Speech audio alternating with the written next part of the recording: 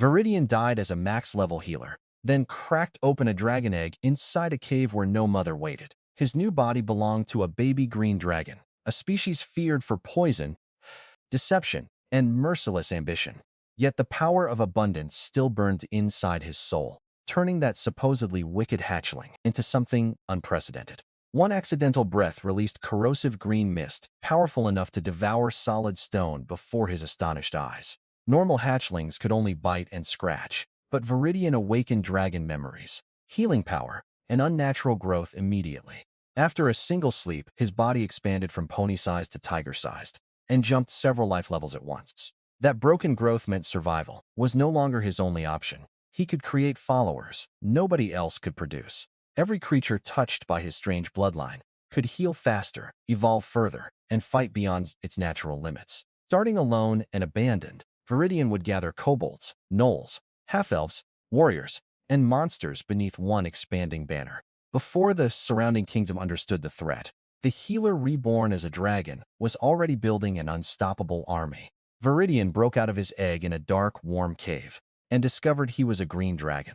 Tiamat, the ladder of gods, his bloodline, and the name of this world, Varix, some kind of mutant. Then a second set of memories woke up from another life. Then some powerful lord passed by, and Viridian was wiped out by the leftover force of it, without even a chance to react. A healer turned into a poison lizard. Feels like a joke someone played on him. Aha, was that you? Crunchy.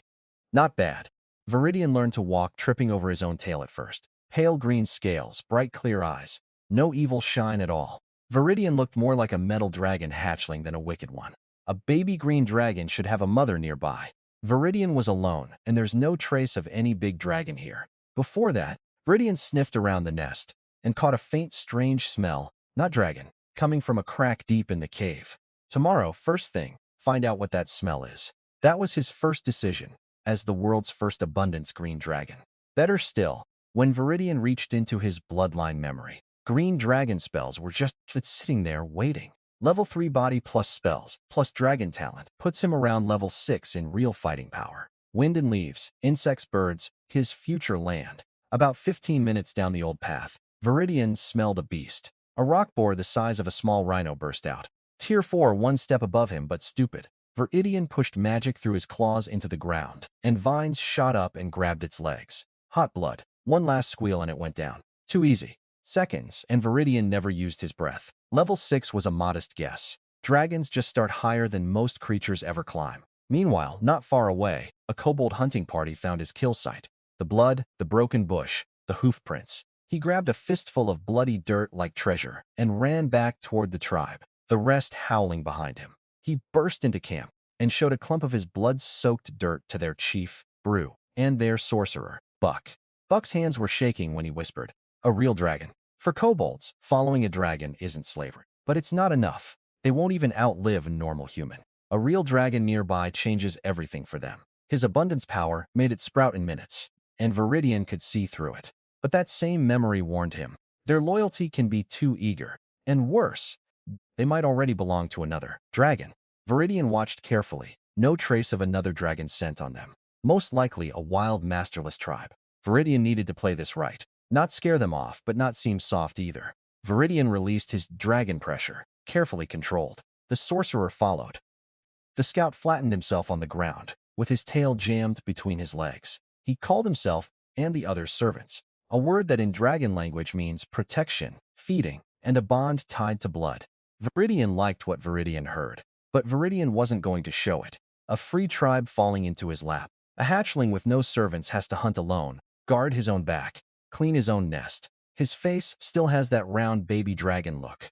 Viridian could practically hear the calculations going on behind Buck's eyes. A hatchling is still a real dragon.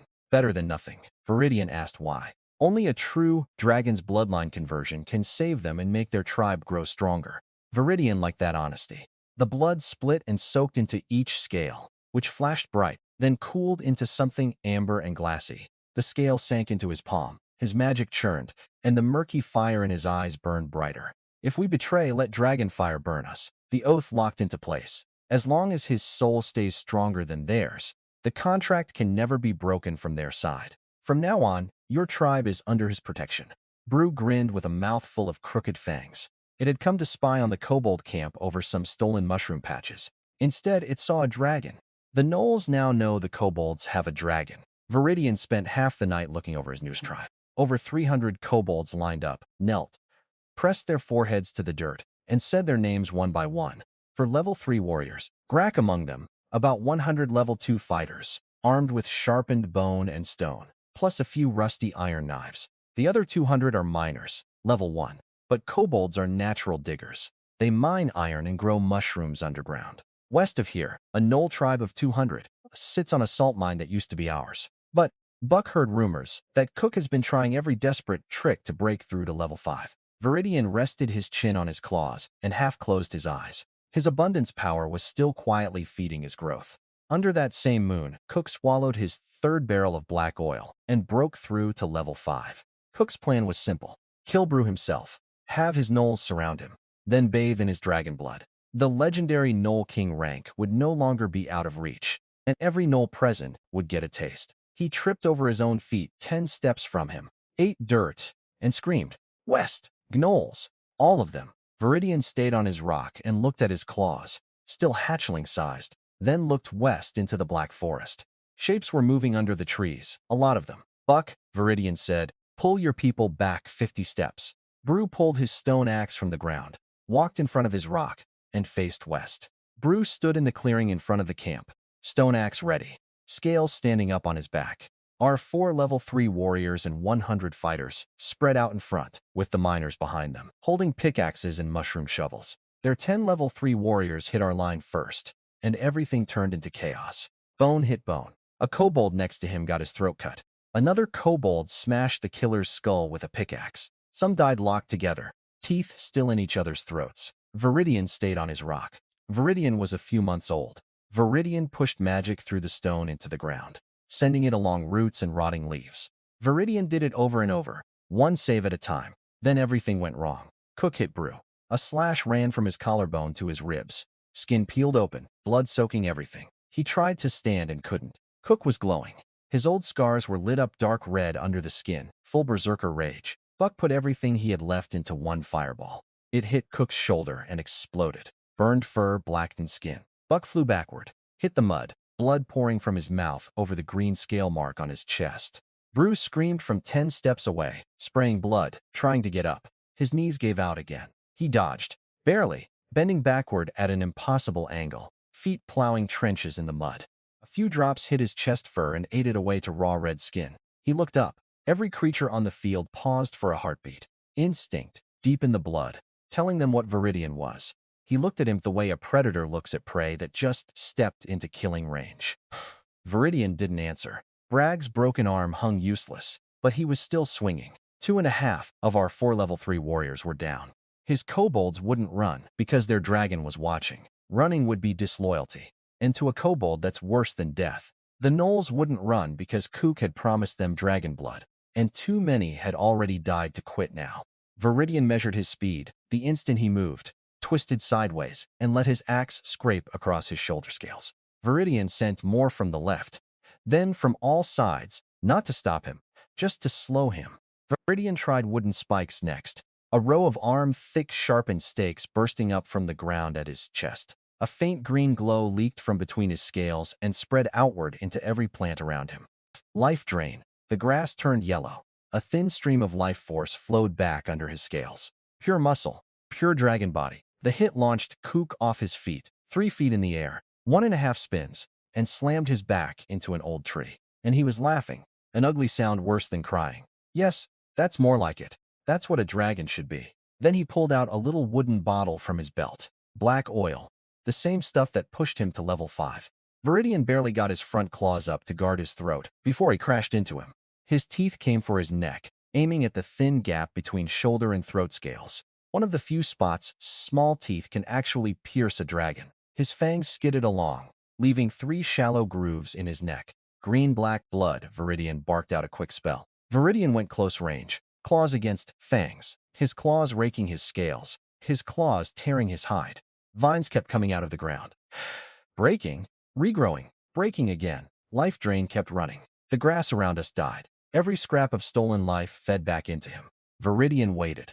3 lifetimes of experience told him what to do. The black oil was burning out. His breathing got heavier. The red glow on his back dimmed. His muscles started shrinking. His strikes got weaker. His teeth scraped his forearm but couldn't crack the skills anymore. When he was at his weakest, Viridian struck. One open palm hit to his chest with everything behind it. But his abundance, power, and dragon healing were already closing everything up. He stared up at him and roared. But it was despair more than fury. Is this what a true dragon is? Viridian won't accept it. Viridian won't. The shout echoed across the clearing and faded. The fighting had stopped. The surviving kobolds were cheering. The remaining Gnolls had dropped their weapons and were kneeling. The dead from both sides lay where they fell. The only proof they'd ever been here. Viridian won.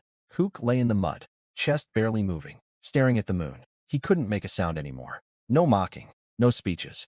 Viridian just opened his mouth and let a thin green mist roll over his head. The battlefield was quiet. The Gnolls stared at what was left of their chief and lowered their heads.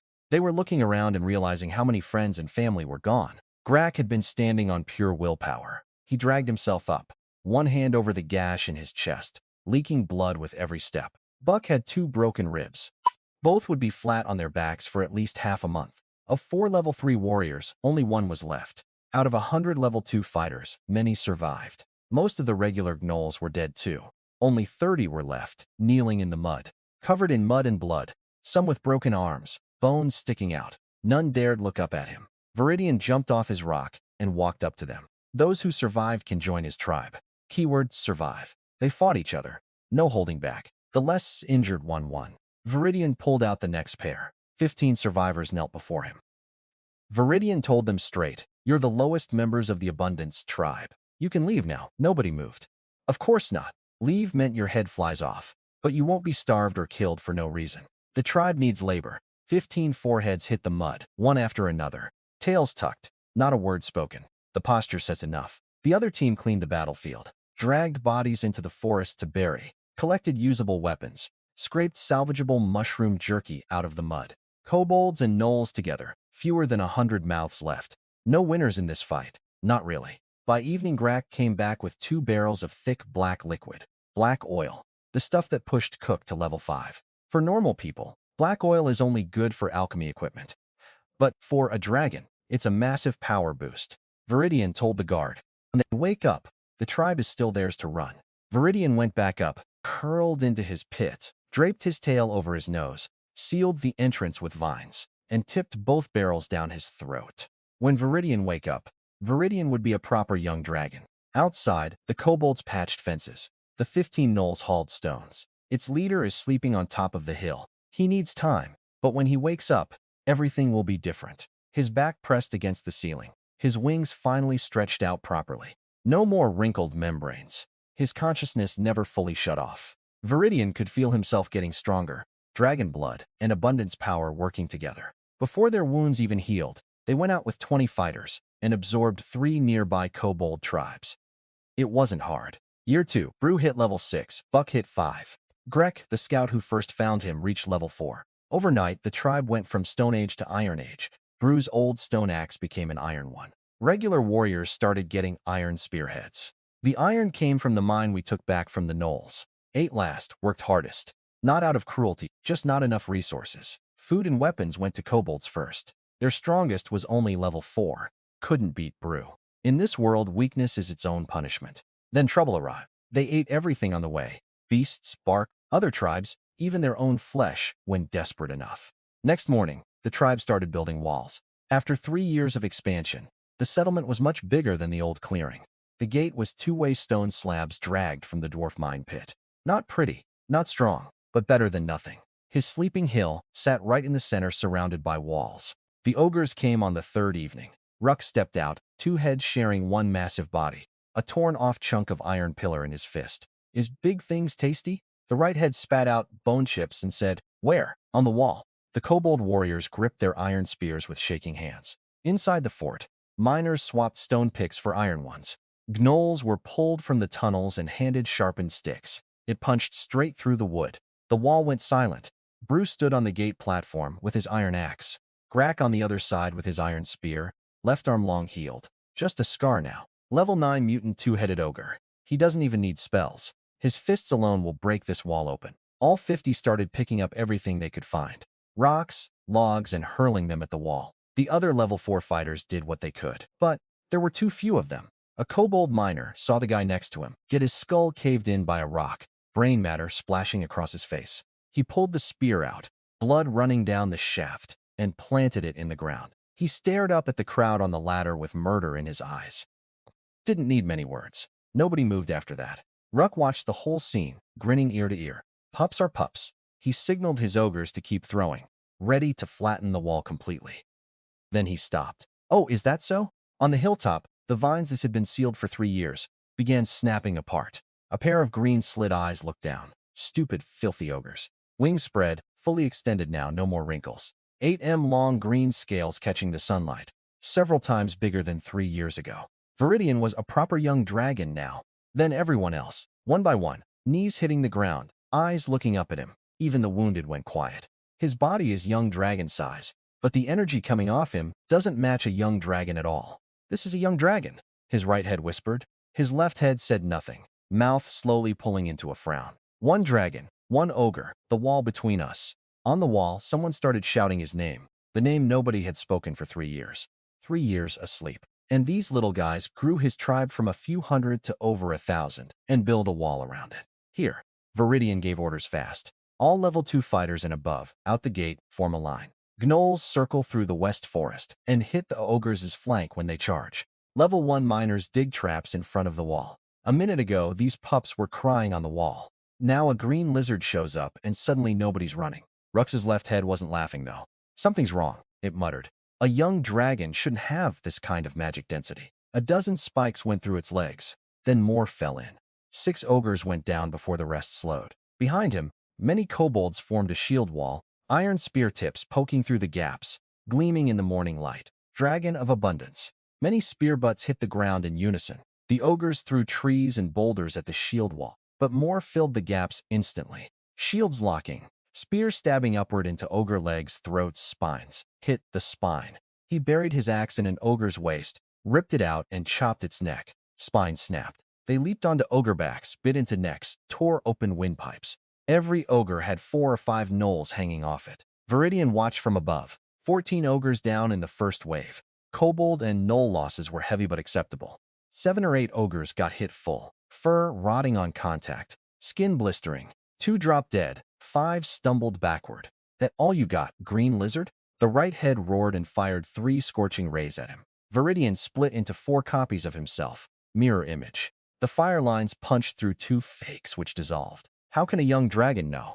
Viridian didn't let him finish. Viridian cast haste on himself, climbed, and dove again. 50% faster this time. Viridian slapped his left face with his right claw at full dive speed, plus haste. The spell broke. The right head paused, then laughed. Your fault. Should have watched where you were casting. Shut up. Bux's web spell had trapped several ogres, and kobolds were spearing them through the webbing. Gnolls were tearing at the flanks. Then Rux's right head pointed his staff up and fired a lightning bolt. No mirror images left to block it. It clipped his right wing. Scales blew apart. Electricity ran through the membrane to the bone. Viridian barely corrected and crash-landed on the wall. Right wing hanging limp. Edge is still smoking. Viridian pushed abundance power into the wound immediately. Green light pulsed under the charred scales. New tissue growing fast. Viridian looked up at Rock. They surveyed the battlefield. Dozens of dead ogres. What trump card? On the ground, Bruce stood up from a pile of bodies. Axe dripping ogre blood. One got stabbed clean through the stomach. 2 extra spears. For good measure. And the kobolds moved on thinking it was dead. Kobolds can barely reach an ogre's waist even jumping. Less than half the many level 2 fighters were still standing. Over 30 of the 50 level 3 warriors were down. 3 years of building gone in one fight. Their level 4 leader had a crushed leg, but was still dragging himself around, creating openings for others. He managed 2 final spells, a web that glued 4 ogres together, then a weak imitation of his green dragon breath over them. Viridian whipped his tail through the ogre's upper body and turned it to red mist. Lie down, Viridian told Brew. Viridian turned toward Ruck. His right wing wasn't fully healed yet. Good enough to glide, not great for real flying. So, Viridian walked straight through the battlefield, stepping over bodies. 1 ogre tried to block him. Kobolds and gnolls started coughing and dropping inside it. Viridian walked right through. Viridian was a green dragon. When Viridian stepped out the other side, the burned left head mumbled, "He's a green dragon, you idiot." Viridian charged and drove his front claws into his body, but the magically thickened flesh was too dense. Viridian crashed through a tree stump. Then 3 magic missiles hit his shoulder and chest, cracking 3 scales. Viridian reached deep inside himself. Abundance and dragon blood merged at his heart, working together for the first time. In the name of abundance, dozens of arm-thick roots erupted under Ruck's feet and coiled around his body. "What is this?" The left head screamed. "Viridian don't know." The right head howled. His arms were forced apart. In about 10 seconds, the living ogre became a towering tree. Right there, in front of everyone. The battlefield went silent. He was standing again, leaning on his axe, looking at him and at the tree, with something between worship and relief. The vines dug into their wrists until they stopped. Viridian flew back over the wall, wobbly on his damaged wing. "Where's Buck?" Crack was carrying him down from the high ground. Buck was unconscious, blood at his mouth, barely alive. Viridian put his claw on his chest and fed abundance power into him, calming the raging dragon blood and stabilizing his magic. A young dragon fresh out of a 3-year sleep, thrown straight into a major battle against a level 9 mutant 2-headed ogre. As a reward, Viridian decided to take a good nap first. Everything else can wait until Viridian wake up. Viridian woke up feeling good. His damaged wing was fully healed. Viridian stretched it a couple of times. Grack was at the gate, with a bandaged shoulder still seeping blood. He jumped up when he saw him. "Master, where are Brew and Buck?" "Still unconscious." Brew woke once before dawn, ate a little, fell back asleep. His dragon blood from 3 years ago, fused with his abundance power, had pushed their bodies far beyond normal kobold limits. "Him? Brew and Buck are down. You're the highest-ranking kobold standing, and you've been with him the longest. It's not that complicated." Viridian spread his wings and took off before he could argue. Viridian wanted to see the world. Even this small outer section seemed to stretch forever from above. 3 years ago, Viridian was earthbound, weak, careful about everything. Weird-looking thing. His bloodline memory said they don't taste great, so Viridian let it go. Then, Viridian found something better. A pig the size of his old rock boar was rooting around the bank, coated in thick green slime. But at the very bottom of the entry, in small text, was a note from an ancestor dragon named Salix. However, when the toxin reacts with green dragon stomach acid, it transforms into an extraordinarily delicious flavor. Old Salix barely left any useful combat knowledge in the bloodline memory, but he wrote pages about what tastes good. Now, Viridian was a dragon with the ultimate digestive system. If Viridian don't use it, Viridian was insulting his own stomach. The slime burned his claws a little. Basically nothing to a green dragon. Viridian gutted it on a clean patch of grass. The meat had beautiful marbling. Viridian took the first bite. The toxin and his stomach acid combined into something magical. The meat was impossibly tender, juice flowing with every chew. Viridian ate the whole thing, then went back and grabbed 2 piglets from around the pond. 1 bite each. 3 lifetimes of eating, and this meal ranks in his top 3. First place, Mom's braised pork on Earth. 1 a day? That's the dragon life. Then Viridian heard noise in the distance. His magic sense picked up something. People, commotion, faint energy. Viridian looked that way, but didn't feel like moving. This forest is huge, and Viridian don't have a habit of sticking his nose into other people's business. The leader, Marcus, was a level 7 warrior, deputy guard captain for the Countess of Jaya. Vivian knew him. He used to stand behind the Countess at the autumn hunts, always smiling politely.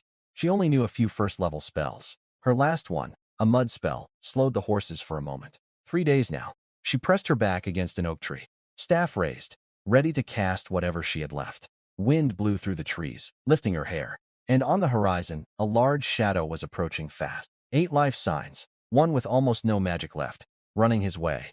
Viridian didn't want to get involved. Hatched as a dragon, got a Cobalt tribe on day 1, woke up and crushed a level 9 ogre boss. The rest were level 3. 3 years ago, Viridian might have had to think twice. Now, not even a warm-up. Viridian dropped between the girl and the arrows, and vines shot up from the ground to form a wall. 7 knights chasing 1 level 3 mage, Viridian said in common tongue. Your chivalry is fascinating. The knight, Marcus, level 7, was drenched in sweat. He'd never seen a dragon in his life. They'd signed up to kill 1 girl, and now there was a dragon. Marcus forced himself to stay calm. A young dragon, maybe level 6. He thought his group might not win a fight, but could possibly run. Follow his lead. Back away slowly. He pushed battle energy into his sword to show him they weren't defenseless. Fail the mission and take a beating back home, or get hit by dragon breath and die. Easy choice. And since green dragons famously love eating elves, and the girl clearly had elven blood, she'd be dead by tonight anyway. Golden hair, perfect features. Milk-white skin smudged with blood and mud, which somehow made her look even more striking. His bloodline memory has more entries about elves than about almost anything else, second only to Old Sakes' food reviews. Every dragon instinct was screaming that the thing standing beside him was very, very delicious. Viridian shoved that instinct down hard, but Viridian could practically see her brain working. She remembered she has elf blood, and green dragons love eating elves. Out of the wolf's mouth, into the dragon's. She put down her staff, folded her hands properly, and gave him a noble's bow. At that moment, treasure, elf-blooded slaves. She knows how to pitch to a dragon. Too bad it's all empty promises. Before Viridian could answer, Marcus moved. He went full speed at her, a level 7 warrior's killing strike, aiming to split her head open, then run while his 6 men bought him time. Then one young knight remembered something a bard once saying, "If a dragon catches you, don't panic. Some honest dragons will actually let you go." What that kid didn't know is that the bards are usually talking about metallic dragons. Our families will pay gold for us. The others started nodding frantically, shouting family names and amounts. How many gold coins is your face worth? She went pale. Viridian looked back at the knights. Or will you tip off your principality's master-level fighters and have them come hunt him down? Viridian was a young dragon. You think Viridian was running a charity? She opened her mouth. Viridian didn't let her speak. All of you, from now on, are his prisoners. Your lives belong to him. Men and women in separate cages. Viridian may be a dragon now, but Viridians still have manners. 3 venom pigs in his belly, 7 knights waiting to be ransomed, and a baron's daughter with elf blood. When the fort appeared on the horizon, Grak was squatting by the gate, talking to some kobolds. Marcus groaned, probably made his injuries worse. Viridian folded his wings and landed on the gate. Viridian ate 1 boar to satisfy the craving, then stuffed the rest into vine cages and brought them home. Master, you want us to raise pigs? Yes. 1 boar for breeding, 4 pregnant sows, 8 piglets to grow. Viridian called this the Venom Pig Sustainable Development Strategy. Then Viridian remembered his human prisoners and called for them. Viridian did that on purpose. 2 days next to creatures that stare at you like dinner tends to make people cooperative. Pale, lips cracked, hair tangled, but still holding herself like nobility. Even as a prisoner, she kept her dignity. Answer well, and Viridian would consider your ransom terms. Answer badly and you sleep with the ogres tonight. They talked fast. They later learned his body was found in a ditch outside the city. 3 stab wounds, all in the back. After they set out, he changed course and revealed secret orders from the Countess. Kill Vivian in Sunset Forest. 3 years of regency, and she decided she liked the power too much to give it back. Each knight was promised 50 gold coins. They claimed they didn't know about the murdered captain until it was too late. Vivian stood there looking exhausted, like someone who'd always suspected the truth, and was just now hearing it said out loud. The arranged marriage was to a northern baron 20 years older, whose previous 2 wives supposedly went mad from his cruelty. She ran for 3 days and a green dragon saved her. A human hunted by humans saved by a monster. Looking at her face, Viridian felt a spark of excitement. Not that kind. Viridian had lived over 300 years across 3 lives. In a game, she'd be an NPC with a quest marker floating over her head. His tribe has hit a ceiling. 1,000 mouths, enough food, basic iron weapons. But to go further, Viridian need resources, trade, and allies. That's what decides whether his next few centuries of growth are fast or slow. Vivian didn't know what Viridian was thinking. Great dragon, she said, voice perfectly steady this time. Viridian lay on his rock and looked down at this wrecked noble girl, staring back at him, without flinching. That made her dangerous in a useful way. Why should Viridian believe you? Viridian asked. She laid it all out. The Nobility Council doesn't recognize the stepmother. They only accept son family blood. That's exactly why the stepmother needs Vivian dead. As long as Vivian breathes, the woman is just a placeholder. You can't walk into the human world. Nobody negotiates with a chromatic dragon, but they'll negotiate with him. The farther away you stand, the more scared they are, and the easier it is for him to win. Smart. Viridian would sign a master-servant contract with you. His pupils narrowed. You know what that means? Soul binding. Viridian betray you, Viridian die. One thought from you and Viridian was in agony. Any hostile intent triggers a backlash. His maid who stayed with him for over 10 years is dead. The old guard captain is dead. Viridian was 17. Everything Viridian ever had is either dead, betrayed him, or waiting for him to die. She paused and a thin smile crossed her face that was honestly a little chilling. So, Viridian, don't care. It's like going to the fish market and having a fish jump onto the cutting board and ask to be scaled. Viridian stood up and pricked his claw. One drop of dark green blood flowed to her forehead and touched down. As long as his soul stays stronger than hers, it holds forever. Could she ever surpass him? Viridian glanced at this 17-year-old level 3 girl. Her entire family line probably never produced a single master-level fighter. Him? Viridian would hit master rank the moment Viridian reached adulthood. Actually, probably not even then. Vivian felt the thread too. She could even sense his mood. They understood instantly. The dragon now held Vivian's soul, and through her, the entire Sun Barony. Their ransom plan was dead. Even if Viridian let them go, would Vivian? They betrayed her days ago. Then Vivian turned around and she wasn't the same girl anymore. Her posture shifted. She stood like a real noble heir. Their loyalty was compromised, but they're still level 3 knights. Instead of ransoming them, have them sign contracts too. His tribe already has over a dozen level 3 kobold warriors and a few Gnoll fighters. Buck is level 5. Brew is level 6. These 6 were less appealing to him than a herd of venom pigs. Wasting them on these guys? Not worth it. You signed them, not him. They were your family's vassals to begin with. Signing them back seems pretty natural, doesn't it?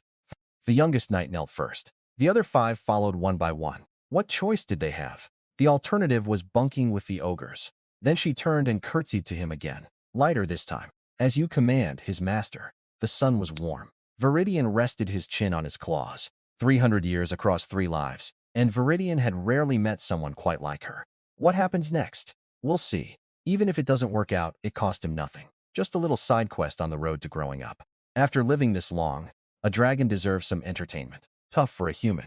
Viridian could have saved him with a drop of dragon blood. But why waste it? No hatred on her face. Just nothing. Then turned to her 6 freshly contracted knights. Kill him. The young ones smiled first. They had no way back anyway. He picked up a stone and did it.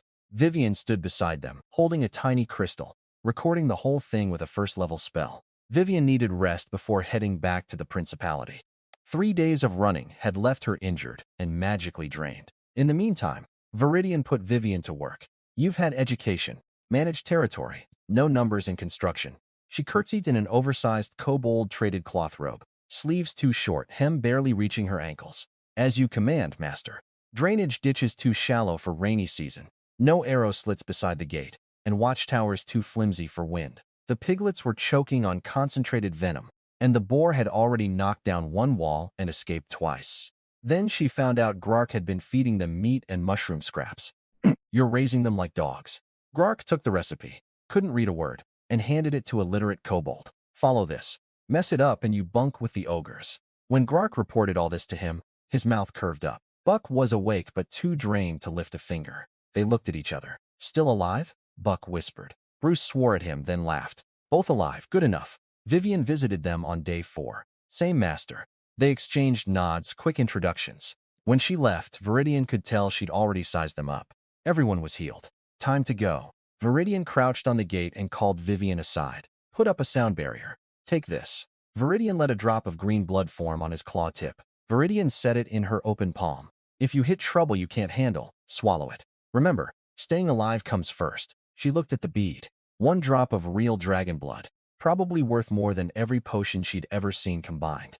Viridian spent a whole morning just lying on his rock, half asleep, tail swaying. This is how a dragon should live. 4 sows were napping under a new roof, and the 8 piglets had doubled in size, fighting over food. Viridian circled twice, satisfied, and flew on. Viridian checked the mines. Ogres in chains hauling stone, kobolds cracking whips. Flew north, and saw a new kobold tribe settling in, digging burrows, learning to build from the veterans. No fighting, no sleeping through growth spurts, no preparing for battle. Just peace. After 5 or 6 days, everyone had recovered. The gate had new iron hinges. The watchtowers were 3 times thicker, and Vivian's arrow slits were all finished. Ral was the only one of those original 15 surrendered Gnolls who'd made it to level 4 and survived 3 years. First thing Viridian said, the Gnolls fought well. You broke the ogre's flank. You chewed through their rear. From now on, Gnolls have equal status with kobolds. Same food, same housing, same share of loot. Ral froze. Then he dropped to one knee, fist on chest, head down. He tried to speak, but nothing came out. They're big, strong. One ogre does the work of dozens of kobolds. No reason to waste them. After how many warriors those ogres killed, making them dig was letting them off easy. Then Viridian asked Buck for numbers. But food was becoming a problem. Mushroom farms couldn't keep up, and forest hunting grounds were getting thin. His bloodline memory had plenty on them. Mixed blood of humans and elves, treated as the lowest class in the Elven Empire. Most work as laborers in plantations and mines with no hope of rising. Old Salix even left a note, but Viridian wasn't thinking about eating them. Viridian was thinking about grain. Tell him more about these half-elves, Buck explained. After Gerla died, most scattered. Some went back to slavery, some stayed and built small settlements. They know farming and livestock. Their grain output is far more stable than our mushroom digging. But they're extremely closed off. Never let outsiders inside their walls, and trade only through fence gaps. Here's the problem his bloodline memory spells out clearly. This needs a smarter approach. Viridian would handle the food problem, Viridian told them. Brew and Buck didn't ask how. His word is enough. That evening Viridian flew east alone and found the settlements from the air. Nothing like our messy mushroom patches. The biggest settlement had log and stone walls, smaller but far more refined than ours. Some things can't be rushed. Food is a long-term problem that needs a long-term solution. Half-elves aren't ogres. Meanwhile, down in the Jiralis settlement, their leader, a level 13 elf ranger named Jirai, was having a very bad evening. Everyone was thinking the same thing. A green dragon discovering 1,000 half-elves nearby is like finding an all-you-can-eat buffet. We can't beat it, one young representative said bluntly. Even if it's just a young dragon, a dragon is a dragon. Tomorrow morning, send a scout toward the Cobalt settlement. Find out everything about this dragon. It looked the same as always under the moonlight, but she knew nothing was the same anymore. His name was Jimmy, brother of the half-elf leader Jirai, a level 13 ranger. They call Emerald Shadow Archer. Level 6 Kobold should be easy, but then noticing the pressure didn't match the number. Brew feels more like a level 10 beast these days, thanks to his dragon blood. Walking through the fort, Jimmy looked surprised. When he opened it, Viridian saw gold coins. Hundreds of them, neatly stacked, gleaming in the afternoon sun. Viridian had been about to hit them with dragon pressure, as an intimidation tactic. Pure, valuable, set it back, and swallowed the entire box whole. You half-elf have good manners, Viridian said. Great true dragon. His sister, the Emerald Shadow Archer, has long admired you. Heard of your fame. Sent him to pay respects. All very formal, very polite. They saw him circling over their settlements 2 days ago. Panicked and scrambled together a box of protection money overnight. You don't slap a smiling face, especially when that face comes with a box of gold coins. Viridian hoped both sides can maintain this kindness. Viridian waved a claw at Brew. Put them in decent quarters. As Jimmy walked off, one of his young warriors tugged his sleeve and whispered, Jimmy, your legs are shaking. He looked down. Shaking in front of a dragon isn't shameful. Getting home alive is what matters. Viridian watched them disappear into the fort. Next morning, Jimmy and his warriors ate breakfast in our mess hall. Mushroom soup with rough wheat cake. Then came up to the hilltop for the real talk. Viridian had grown a vine table and chairs overnight. Jimmy and his 6 warriors sat on the other side. The mood was completely different from yesterday's gift-giving. They're afraid of him because green dragons eat elves, but they can't guarantee they'd win a fight, so they're willing to talk. Viridian need their surplus grain next year, the year after, and every year after that, through fair trade that keeps his tribe growing steadily. Let's get to business, Viridian said. You have plenty of food. His tribe doesn't. We can provide food, but we need something of equal value in return, he said. Iron ore, decent quality, limited vein. Beast hides, mostly level 2 to 4, only a few higher. Venom pig toxin, production not up yet. Jimmy pushed the list back. We grow mushrooms too, and more than you. We have our own iron vein. Our smiths aren't as good as your dwarves, but good enough. Silence. Brew's fist clenched and unclenched. We had nothing they needed. In exchange for your grain, Viridian said, when Viridian reach legendary rank, Viridian will support your return to the Elven Empire and help you take back your ancestral lands. Jimmy's face froze. His mouth opened, but nothing came out. The 6 warriors behind him went still as statues. Take back the half-elf homeland. Nobody in their settlements had dared say those words in a very long time. GRA is the strongest they've produced in a millennium. Level 13.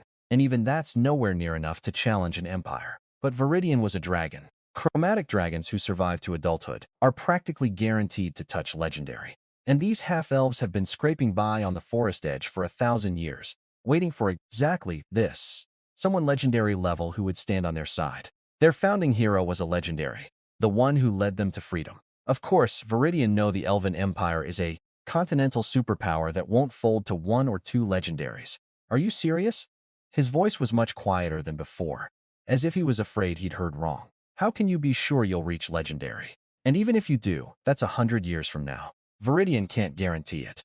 Just like you can't guarantee your sister will still be holding her settlement next year. You survived by gambling. You bet on Jurla and won.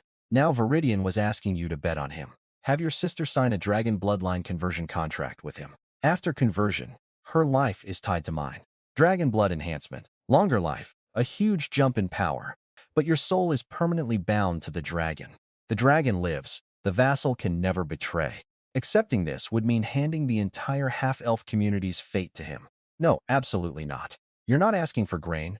You're asking for our people's future. Food we can negotiate, Viridian said. 1,000 years you've been out here. Has any hope of revival appeared? You could keep drifting until some passing powerhouse wipes you out with a stray attack. This isn't yours to decide. You're a messenger, not your people's leader. You can't make this call. His mouth opened. Nothing came out, because he knew Viridian was right. Viridian told Brew and Buck to keep treating them well, then spread his wings and took off toward the half-elf settlements. Now imagine his sister, level 13 ranger, the Emerald Shadow Archer, descendant of Jurla himself. What would she become with dragon blood conversion?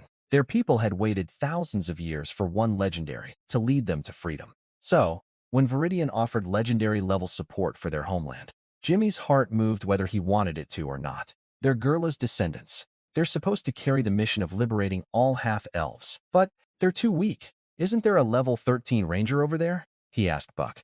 Buck watched the sky calmly. If the master dares go, he has his reasons. We just follow. Viridian flew straight to the half-elf settlement. Old people grabbed grain and ran indoors. Children got dragged into cellars. The blacksmith's hammer went silent. They knew that if they fired and didn't kill him, a dragon never forgets. When Viridian grew up, the revenge would be merciless. Viridian wanted to talk to her directly. A woman on the watchtower set down her bow and stood tall. This was Gra, level 13 ranger, descendant of Jurla. Viridian was here. Why did you come yourself? Asking that would show weakness. And if something had happened, asking wouldn't help anyway. Your brother is fine, Viridian said. He's being treated as a guest in his settlement. Viridian came because he can't decide the fate of your people. When Viridian reached legendary rank, Viridian would support them in returning to the Elven Empire and taking back their ancestral lands. Dragon bloodline conversion for their leader, binding her fate to mine. Every word carried clearly to every half-elf in the settlement. This land is our home. We're not going anywhere. Others joined him. But from the other side, the elders spoke up. They'd never seen the homeland, but they'd seen their fathers kneel by campfires and bow toward the west. Two sides formed. Young voices shouting, "This is home," and old voices sitting in heavy silence. She just turned back to face him. Viridian beat his wings once to hold his hover and watched. Most of them have never seen the place. The Elven Empire could crush any legendary's ambitions without breaking a sweat. Not because his offer was generous, because the word return is something they've been waiting to hear for too long. Stake the whole tribe on that slim hope. Viridian looked down at the ranger on her tower and waited. She didn't make him wait long. Your terms need discussion. We can't answer immediately. Fine, Viridian said. Gray went back inside to discuss his offer. Viridian waited on the tree outside their wall, patient. Viridian could hear the settlement buzzing beneath him. After a while, the gate opened, and Gare walked out alone. Viridian dropped silently from the branches, landed on the grass, and lay down so his eyes were level with hers. You lose. Go back the way you came. And we leave each other alone from now on. She paused. Will you sign that? Viridian liked her. No games, stalling, no fear. Better than most idiots Viridian had dealt with across 3 lifetimes. Viridian found out later what happened inside their council hall. The old elder early wanted to gamble. We've waited 1,000 years. When does the next legendary come along? If Viridian accept, divine punishment chases oathbreakers to the ends of the earth. The young warrior mod refused on principle. Green dragons can't be trusted, and this forest is the only home he's ever known. His father was born here. Even if Viridian sign, a normal green dragon tops out at half legendary in adulthood, the Elven Empire would swat that aside with 1 legion. fight him herself. If she wins or kills him, the threat is gone, and they stay here forever. If she loses badly, they surrender and sign everything. No point resisting what you can't beat. So, here she stood, bow drawn, arrow, knocked. Viridian rose from the grass and spread his wings slowly. One dragon, one ranger facing each other on the grass outside the wall. Viridian pulled up immediately. Can't stay close to a level 13 ranger. She flashed between the trees and fired again. Just a test shot, and it still marked his armor. Viridian dropped every last bit of carelessness right there. Viridian didn't give her that. Viridian circled and hit her with his breath. She dodged before it landed, barely. She glanced back at it. Your breath is far stronger than what the old books say about young green dragons. The ranger technique she was using, some kind of feather step, burns stamina fast when you're weaving through dragon breath repeatedly. She drew her bow to full and loaded an arrow wrapped in faint green light. All her magic poured into the tip. If both missed, the fight was basically over for her. Viridian saw it and slammed to a stop in Madeira. The arrow grazed his left wing root, slicing a thin line through the membrane. Dragon blood seeped out. She couldn't dodge in time, so she pulled her short sword. Claw met blade with a shower of sparks. She vaulted over it, one hand on the ground, flipping above the tail, and, on the way over, her sword nicked his tail tip. Shallow cut. Green blood. Viridian climbed again. Close combat wasn't working. Her agility was too good. Viridian chanted dragon tongue and sent vines from the ground at her ankles. She sidestepped. The edge of the mist caught her cloak hem, which turned black and crumbled. She dropped to one knee, gasping. She stood, drew the bow one last time, and poured every drop of remaining magic into the arrow. She released. The arrow punched clean through his wing membrane with a sharp, tearing sound. Blood poured from the hole.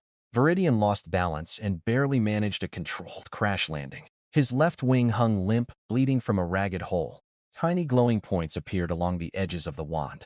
Torn flesh reconnected. Blood vessels reattached one by one. In seconds, the hole closed completely. Every scratch and cut on his body vanished. Her face went blank. Green dragons don't regenerate like this. Her ancestors' records lied. Though in fairness, normal green dragons can't do this. Viridian stretched his healed wing, looked at her, and waited. She let go of her bow, let go of her sword. All that effort, and Viridian had gained another powerful vassal. Tomorrow morning, Viridian said, turning toward home, bring your people. Grai walked back to her gate. On the wall above, the old elder tapped his cane on the ground. The young warrior Mod slid his sword into its sheath and was quiet for a moment. Maybe you were right, grandfather. The next morning, Jiare arrived with a full procession. Behind her came the leaders of all 4 other half-elf settlements. Then 100 warriors escorting dozens of carts. Enough grain to feed 2, many mouths for half a year. 2 rows of kobold warriors stood at attention. Iron spears polished to a mirror shine. That morning, Mod pulled him aside and told him everything. Grar fought him and lost. They were here to swear loyalty. Last night we tore through every old book in the settlement. Early nearly ripped apart every box in the attic. A description of variant dragons. 1 in a million mutations. Even weak variants reach legendary at adulthood. A variant dragon that survives to maturity basically becomes a continental power. He told Jimmy not to blame himself. Early says none of this was your fault. It was probably decided from the start. Viridian had spent the morning redecorating. Vine arches formed a domed ceiling with gaps that filtered sunlight into shafts of light. The floor was soft moss. At the center, an opening straight to the sky poured sunlight onto a dragon throne. Viridian was fine. She stepped into the central beam of light, set her bow at her feet, and knelt on one knee. The 4 settlement leaders knelt behind her. 100 warriors pushed their carts to the edge of the dome and knelt in rows. Your will is our direction. She held up for rolled sheepskin, the full inventory of everything they brought. Viridian pricked his chest and let a single drop of green dragon blood form on his claw tip. She went rigid, nearly buckled. Heat exploded from her throat to her chest, then outward to every limb. Then a pair of green dragon wings burst from her back. Her pupils stretched into vertical slits, colors shifting from pale blue to light green. She rolled her shoulders, and her wings spread out, wingtips tracing an arc through the sunbeam. His lifespan has clearly increased. Viridian nodded. Viridian could sense his blood flowing through her. A level 13 dragon-blooded ranger. She wasn't far below him in raw power now.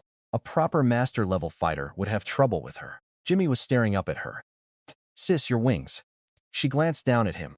Viridian could tell he was beating himself up, thinking if he'd been stronger, things wouldn't have come to this. 4 races, all in one place. No fighting, no chaos. It felt like collecting entries in some kind of encyclopedia. The Gnolls earned their equal status through 3 years of service and bleeding in battle. A level 13 dragon-blooded ranger who could probably give a baseline master rank fighter real trouble. That evening, we lit the biggest bonfire the tribe had ever seen. Viridian ordered triple rations for every race. He left without explaining. When he checked back, they'd chewed through the bones. Food is food. A few half-elf warriors tried to keep their dignity at first. They consider themselves civilized, after all. One Gnoll passed out howling after 3 bowls, and some half-elves watching nearby couldn't help laughing. Jireh sat at his right, wings folded behind her, Brew across from her with a whole roast leg. The conversation drifted from pleasantries into planning. Brew spoke first, tossing a clean bone on the table. All resource extraction is ours, and the master's personal guard stays Kobold. Buck and Viridian had been with him longest. Ral took a sip of fruit wine. Gnolls handle external combat. We tore open the ogre's flank last time. Gnolls do flanking and pursuit. Daily patrols and hunting are ours too. We know the outer forest best. Half-elves provide ranged combat and logistics. Our archers give fire support on the front line. Experienced rangers can train your scouts. Existing farmland output is reliable, and we can expand fields as the tribe grows. All supply and grain logistics we handle. What else can ogres do? When they behave, we'll talk. Gnolls went through the same thing. Brew was blunt but right. Besides the kobolds and half-elves who joined with assets, the Gnolls were the success story. Conquered, served 3 years of hard duty, bled in battle, earned their place. Using them as an example for the ogres made sense. You've earned your dragon blood, Viridian said. A green drop formed on his claw. Ral didn't hesitate. The kobold leader is his vassal. The half-elf leader is his vassal. The Gnoll leader had to be one, too. That's the structure. Every racial leader bound to him personally. That's how you keep a multi-race tribe stable. Gnoll blood fuses with dragon blood quickly. Green scales pushed through his fur. Level 6 dragon-blooded Gnoll. He looked at his claws, clenched and unclenched, then knelt again with his fist on his chest. Viridian nodded and returned to his throne. 3 racial leaders, all his vassals now. Greyray, level 13 dragon-blooded ranger. Ral, level 6 dragon-blooded Gnoll. Plus Vivian far away in the human principality. His contract network covers 4 races. A half-elf archer, 3 bowls deep in mushroom wine, was trying to teach Gnolls a half-elf folk song. Ral finally finished his fruit wine. Brack was explaining Venom Pigpen expansion plans to Ral with hand gestures. As long as Viridian make it safely through the next stage and reach Adolescent Dragon, his power will jump naturally. And when that day comes, that's when Viridian truly enters the world. She'd leave a few dozen elite archers stationed at the main fort as a quick reaction force. Brew heads east with 300 cobalt warriors and miners to claim new mine shafts, deeper ones with better ore than our surface deposits. He marked the new territory with Gnoll scent markers and told his hunters, "This forest is ours now." He's an old hand in this tribe. The ogres keep hauling stone, better than starving in the deep forest. One night before his sleep, Viridian reached out through the contract to Vivian. After a moment, she answered, "Master, it's been a while." Her report was good. She'd turned 2/3 of the Baroness vassals to her side. The 6 knights' testimony was the key. Their families presented Marcus's secret orders from the Countess at the Noble Council. No master-level fighters among them. Just a matter of time. One complication. The Northern Barons sent a mediation envoy. Vivian made them wait 3 days before telling them the Sun Baroness' internal affairs don't require outside interference. Then showed them the door. Viridian asked, "Viridian can." Viridian was not who Viridian used to be, she said with a laugh. They'd serve as the diplomatic face when she formalizes the alliance between the Sun Barony and the Abundance tribe. It could save your life. Yes, master. Now if you'll excuse him, Viridian had another miserable meeting with his vassals. Everything was moving forward on every front. Grey developing the rear, Brew and Ral expanding territory, Vivian winning her civil war, every thread advancing steadily. Having competent people under him, that's the real luxury. 2 months later, Viridian felt the sleep coming. Then Viridian sealed himself inside the Green Palace, with vines and trees. The hall was packed with everything the tribe had stockpiled. Gold coins, black oil, beast cores, magic gemstones, precious metals. For a dragon, these are the best growth fuel there is. His abundance power wove together with his dragon blood, locking every particle of energy inside, wasting nothing. In that darkness, his body began changing, scales thickening layer by layer, wing membranes tightening, growing tougher. When these vines open again, What steps out will be a dragon with a real place in this world. Those deep iron mines had or several times better than what we had at headquarters, but smaller kobold tribes squatted on every entrance. The second had a level 5 chief with some backbone. Bruce split him in two with one axe swing. The many new additions were converted prisoners armed with sharpened sticks and scrap metal. Buck's rule for them was clear. Earn it with blood. Kill enemies, survive battles. Then you can stand in the shield line. Until then, you're cannon fodder. Brew had hit level 7 by now. Buck reached level 6. The dragon blood Viridian had given them was still working. So they banded together under a powerful kobold named Weil.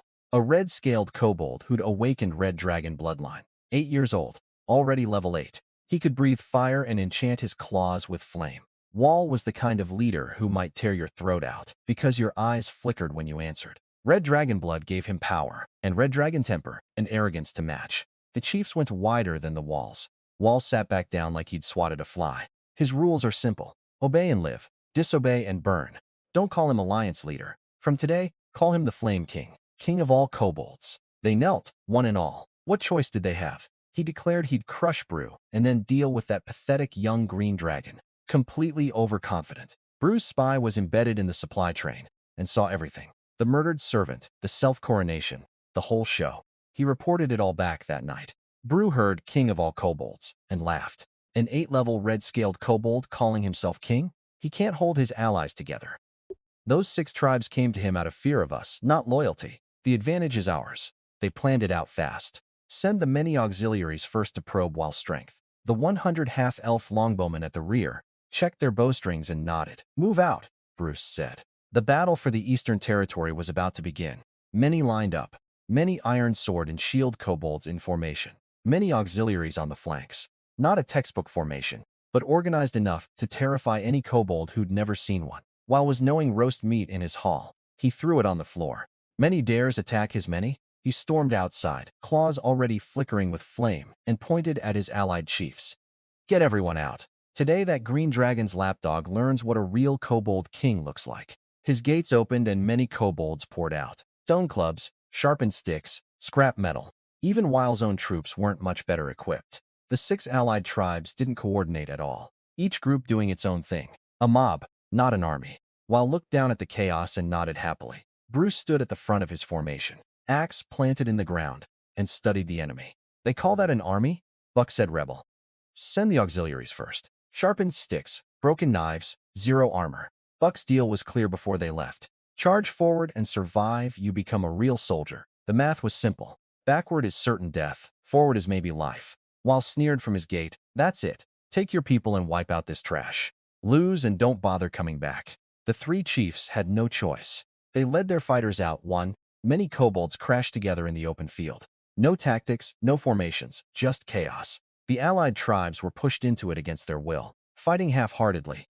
Scared of losing Debrew, but also scared of losing too many troops and getting absorbed by Weil. If his expendable auxiliaries could match 3 or 4 allied tribes evenly, then the only real threat was Weil's own 1,000. They'd earned their promotion into a tribe that serves a real dragon.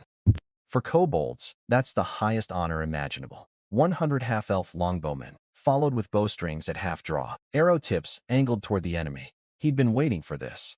His own 1,000 were still in reserve. That was his real strength. He leaped from the gate, landed at the front of his forces. Everyone charge. Tear these green-skinned dogs apart. Half-elf arrows sailed over the shield line, picking off the bravest fighters and leaders at the front. The allied chiefs saw things falling apart and immediately started pulling their people back. They'd never been loyal to Weil. Many iron-armed kobolds rolled forward like a moving wall, grinding over fighters who'd been screaming Flame King moments earlier. But red dragon blood doesn't allow retreat. Pride and rage burned away whatever sense he had left. Every step scorched a smoking print into the ground. Fire poured from his mouth, wrapping his claws and arms.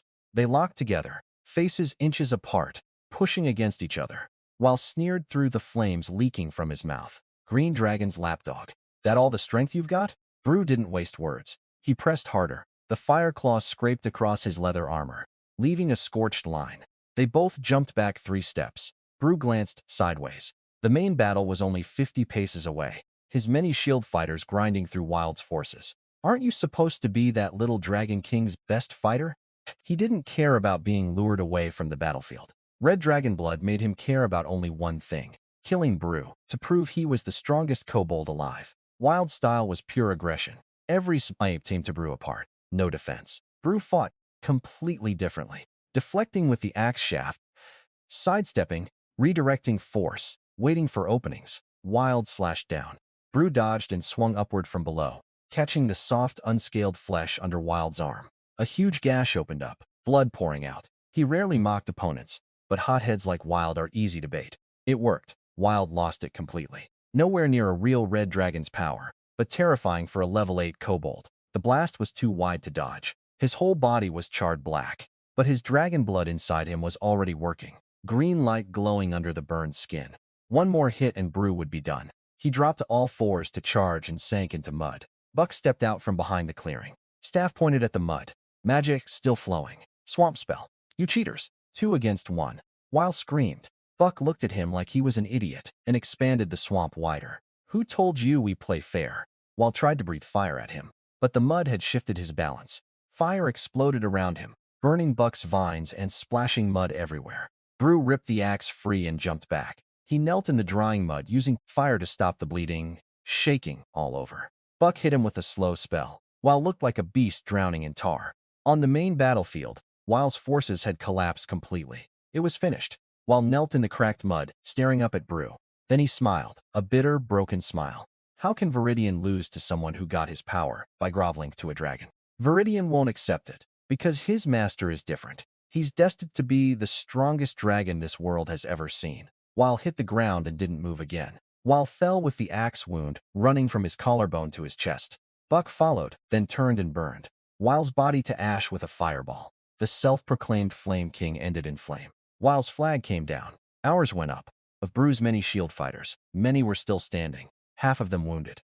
200 veteran kobolds dead, traded for the entire eastern mine chain and the security of everything behind it. Buck handled it practically. 300 surviving auxiliaries would be promoted to real shield fighters and re-equipped from battlefield salvage. The pursuit teams came back dragging 4 allied chiefs on ropes, all caught trying to flee before they cleared the battlefield. Behind them, over 1,000 regular prisoners from Wild's remnants and the surrendered tribes. Brew walked up to the kneeling chiefs. We'll follow you, just as we followed the Flame King. Brew's hand went to his axe. Brew took the axe off his shoulder and pointed it at him. His master, the Dragon of Abundance, hasn't claimed the title of king. He is a true dragon, and he hasn't called himself king. Viridian was his servant. What right do Viridian had to accept that title? A frog at the bottom of a well, thinking the sky was the size of his hole. Wrong compliment, wrong audience. Viridian would say this once. Anyone mentions that title again. This axe doesn't care who you are. He picked 4 useful ones around level 5 with clean hands and folded them into the tribe. The Gnolls needed manpower, and high-level kobolds were better used as frontline support than sitting around eating supplies. Earn your place with blood or stay cannon fodder. By evening, everything was counted and sorted. All 7 mine sites were under our control. Auxiliary crews were already clearing and reinforcing the tunnels. Rush forge a batch of iron weapons from the dwarves, and have Grax send farming tools and grain. A month ago, he'd left with many. Now he stood at the far end of the entire eastern territory. That red-scaled kobold never understood what a true dragon really was, or why dragons are the natural masters of kobolds. Did the runner leave?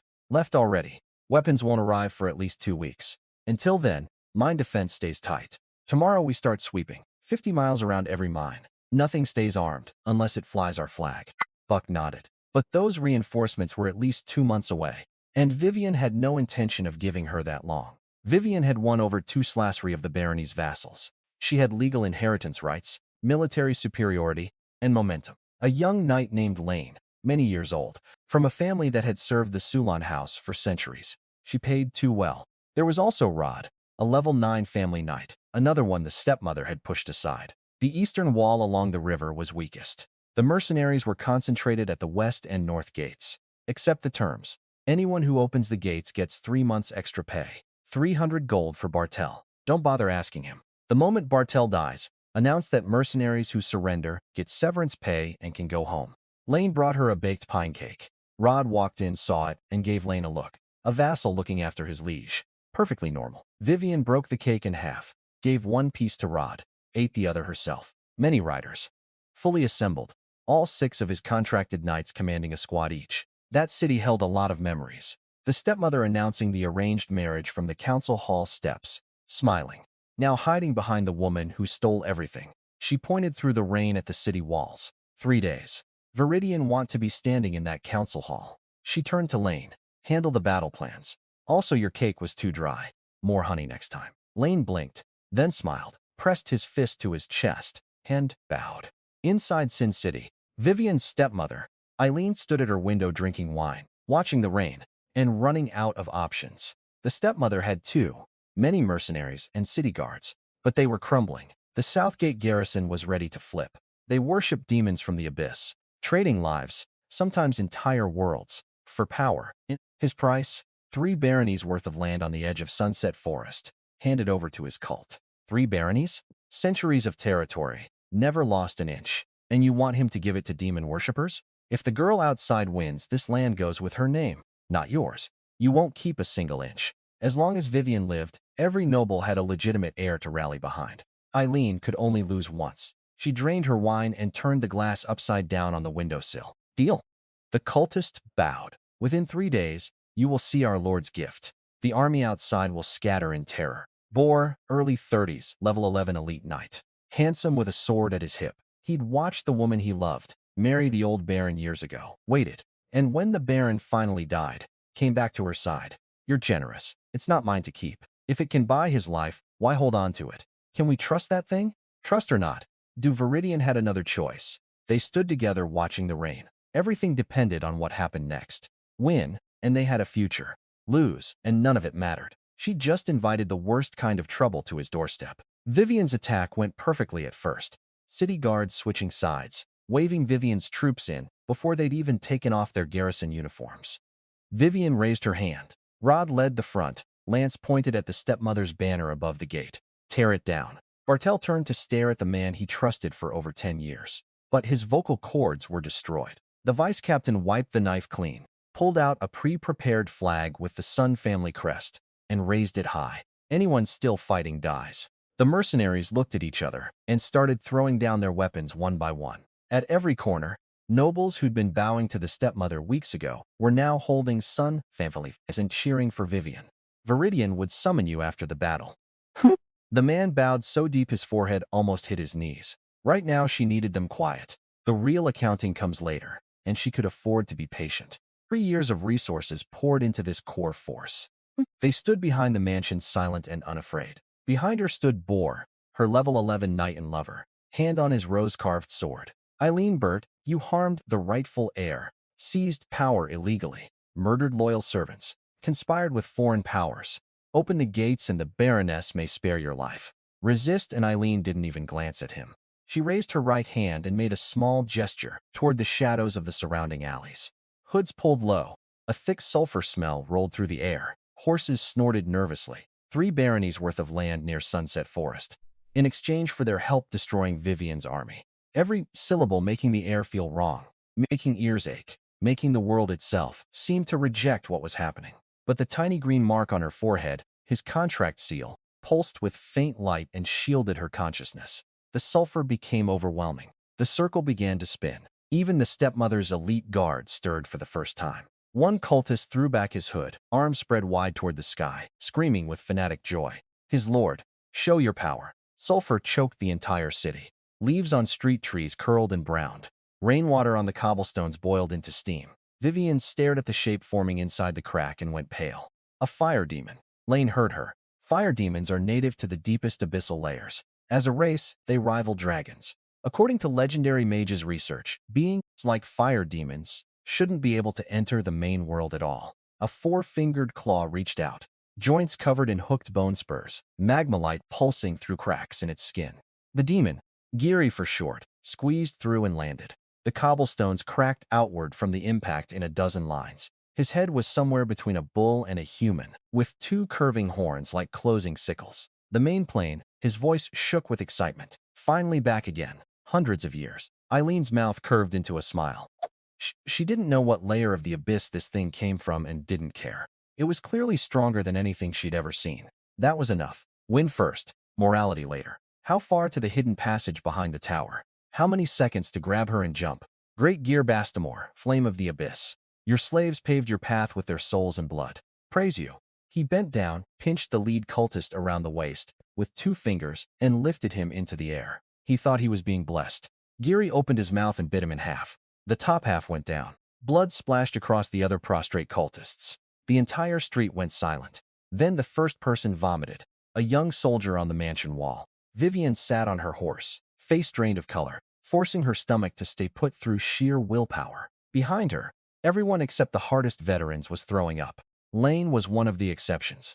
Jerry finished swallowing, looked down at the remaining cultists, still face down on the burning stones, and made a satisfied sound. Every single one wore an expression of ecstasy as they were lifted to his mouth. He'd absorbed everything the cultists told him through their blood. Mother against daughter. He found it amusing. A visible shockwave of heat exploded outward in every direction.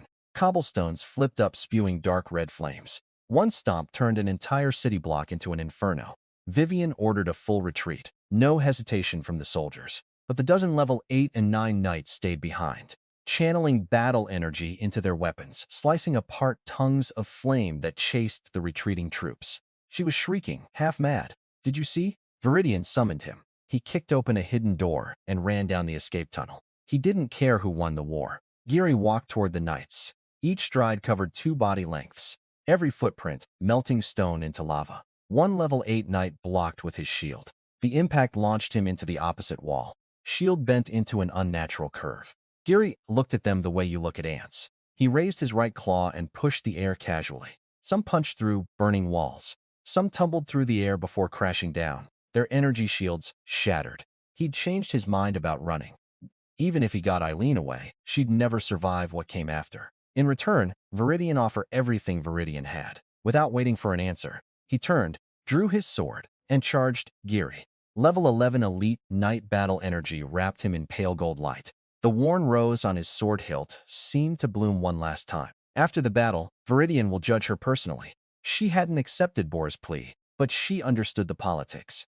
And if Bor's sacrifice proved useful, maybe she'd let Eileen live. Death sentence avoided, but a lifetime of punishment guaranteed. Viridian don't care if he's a fire demon or anything else. He doesn't get to do this here. Over a dozen level 8 and 9 warriors, plus level 11 Bor charged a level 16 master rank fire demon head-on.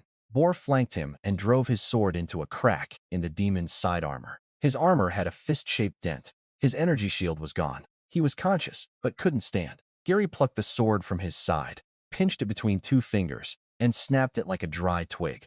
Humans. He raised his voice. Old man, how much longer are you going to sit there watching? So you noticed him after all. A figure stepped from the shadows. A gray-haired old man in plain gray clothes. This was Whittle, level 17 human swordsman, Vivian's great-great-grandfather, the Sun family's hidden guardian. Whittle, Vivian's great-great-grandfather, a level 17 swordsman, and the Sin family's hidden guardian, stepped out of the shadows. Didn't plan on coming out? He said to Geary. Thought it was just a family power struggle. Didn't expect someone to summon something like you. He drew his sword. No metallic scrape, just a single pure ring. Sword-wrapping battle energy and sword intent aimed straight at the demon's head. Geary didn't dodge. Whittle's full power, enough to kill or anything at his level, stopped there. Geary's arm didn't move. Burning blood dripped from the cut and sizzled holes in the stone below. Geary looked at the sword embedded in his arm. Viridian smell elf blood in you, and in that girl over there. Thin but much sweeter than ordinary humans. He gripped his sword again and flash-stepped to Geary's flank, slashing upward from below. The text said Geary once whipped an elven legendary to death on a battlefield and savored the screams for centuries. Whittle raised his sword and formed a battle energy shield. Geary's fist shattered it instantly and sent the old man flying through a burning wall. That girl, your great-great-granddaughter? The elf blood is faint, but she smells much better than regular humans. 4M of fire demon, crossing dozens of meters of street in seconds. Vivian was directing the last civilian evacuation. Several other knights charged alongside him, battle energy linked together, swords crossing to form a barrier. Lane took the worst of it, slammed into the wall behind Vivian, blood pouring from his mouth, sliding down to sit in the rubble. Not easy for a man over 200 years old, but his sword was still in his hand and still burning gold. Leave this to him. He turned and poured every drop of his level 17 battle energy into one strike. You're too weak. Not a level problem, a species problem. Your lives are too short. Your body's too fragile. A human who hasn't even lived 200 years. What can you possibly do against him? Whittle didn't answer. His grip said everything. They clashed. Every collision sent visible shock waves rippling outward. A clock tower caught fire, and its giant bronze bell crashed into the square with a final deep toll. Some were caught by stray shockwaves and simply vanished. No time to scream. People called out names in the ruins. The gap between human and fire demon wasn't something 1 or 2 levels could bridge. She watched civilians die in the crossfire. She commanded nearly 4. Many soldiers had over a dozen high-level knights willing to die for her, but she herself was only level 3. A drop of his heart blood sealed in a translucent shell, strung on a chain around her neck. Her city, the land her father left her, being destroyed right in front of her while she could do nothing. She looked at the dragon blood bead in her palm, her last card. Geary kicked Whittle away again. But this blood was different. It carried a power opposite to the abyss's nature of destruction, something equally ancient. Give him that blood, human girl. Viridian would swear a deep abyss oath to withdraw. Never return to your territory. 1 bead of blood for all of that. Fair trade. He sounded sincere, more sincere than most human merchants. Then she smiled. The kind of smile you make when you've heard something so absurd it's actually funny. Yuri's pupils blew wide, but he didn't panic. Thousands of years of survival taught him when to act. A demon's stomach can handle anything. He turned on Wido with real killing intent now. His fire whip swept in waves that sealed every escape angle. His lava-coated fist crashed into Wido's sword. Wido flew again, legs carving trenches in the stone when he landed, hands shaking, battle energy more than half spent, breathing ragged. Something strange and powerful was building inside Viridian. A swordsman's instinct told him that might be their only chance. Her pupils flickered wildly between human round and dragon slit with each wave of agony. But she didn't grow wings. The abundance power inside his blood, intertwined with the dragon blood, restraining each other, forming a balance even Viridian might not have predicted. Viridian will be strong. Viridian refused to be weak. Viridian will control his own fate. Far away in Sunset Forest, deep inside his sealed vine palace, his eyes snapped open in the darkness. The contract line, tied to a 17-year-old girl's soul, transmitting an intense energy surge. Dragon blood activation. Instead, a power Viridian knew intimately was rising in that distant city. Abundance. She'd awakened it. Nothing to worry about. As for whether she could threaten him with that power, please. Anyone who channels it draws from him and can never exceed his control. Viridian wasn't worried about someone wielding it. Now, Viridian had proven it was possible. When Viridian wake up, there will be new things to try. Something like, Viridian see you. Go ahead. Then Viridian pulled back and sank into the dark again. She'd awakened abundance. His power from his previous life, carried through his dragon blood into a 17-year-old human girl. Every thought in her head was the same. Drive the demon out. Save her people. Each one of those thoughts, each selfless protecting impulse, fed the power rising inside her. That's how abundance works. Not from greed. From caring about others. That's why Viridian chose her. The old swordsman's battle energy was nearly gone. His sword cracked and fallen to the ground. Then Geary stopped. He felt it. Every scrap of energy in the area was tilting toward one point. He turned. Viridian's power was exploding upward. Level 3 to 13 in minutes. And still climbing. He'd never seen anything go from ant to near master in a quarter of an hour with no sign of stopping. Even holy light from the celestial temples can only push back abyssal energy. This girl was erasing it. That was enough. The old swordsman's sword flew back to his hand on its own. Warmth flowed from her palm into his body, not just healing the battle damage, but repairing old injuries and chronic problems he'd carried for decades. He'd seen high-level healing magic. He'd seen temple archbishops perform divine miracles. Nothing came close to this. This effortless, this complete. This is all a gift from that Lord. Viridian said simply, as if stating something that needed no explanation. Whatever this being needed in the future, he would answer. Viridian turned to face Geary. She raised both hands. Massive vines erupted from deep underground, each one thick as a tree trunk, surging upward like giant serpents waking from sleep. His fire whip, his signature weapon, the thing he'd used to kill, an elven legendary centuries ago, was useless. His flames were a form of abyssal power, and these vines fed on abyssal power. Everything was backwards. This was the world's reward, a gift to anyone who against the abyss to protect what lives. Round 2 had begun. The battle turned into Geary's worst nightmare. And in a few breaths, his wounds would close, and his battle energy would refill completely. Giri started wondering if she was the world's secret child. The demon grew desperate. He was only a clone. His real body sat somewhere deep in the abyss. This clone's power supply was finite, and the world's rejection doubled every attack's cost. Viridian raised both hands and sealed every exit with walls of vines and tree soldiers. Giri smashed through one wave. Another grew behind it. He broke left toward the gate. A dozen vines grabbed him. 3 days of continuous fighting in a burning city. Vivian's vines came in waves that never tired. Whittle never needed to rest. Every time his energy dropped halfway, Viridian topped him off with abundance power. On the third evening, Giri sensed 3 powerful presences closing in fast. The Wolf of the North, a level 16 berserker, and the Hammer of Molten Rock, a level 16 dwarf-blooded warrior. Whittle had sent emergency signal runes the moment Giri appeared. 3 runes to 3 directions, all activated at once. 3 fresh fighters joining a battle he was already losing. No escape possible. The earth shattered. For miles in every direction, the ground cracked into an irregular web.